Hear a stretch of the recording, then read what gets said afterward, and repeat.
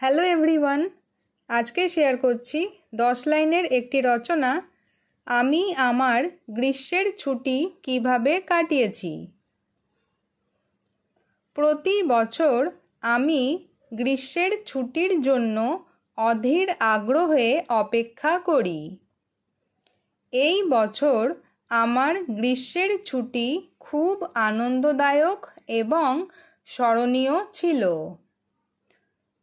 ছুটির শুরুতেই আমি আমার বাবা মায়ের সাথে গ্রামের বাড়িতে বেড়াতে গিয়েছিলাম। সেখানে আমি আমার দাদু ঠাকুমা এবং আত্মীয় স্বজনের সাথে অনেকটা সময় কাটিয়েছি। আমি প্রতিদিন দুপুরে পুকুরে সাঁতার কেটেছি এবং বন্ধুদের সাথে খেলাধুলা করেছি। আমরা বাগান থেকে টাটকা আম, জাম ও কাঁঠাল পেড়ে খেয়েছি।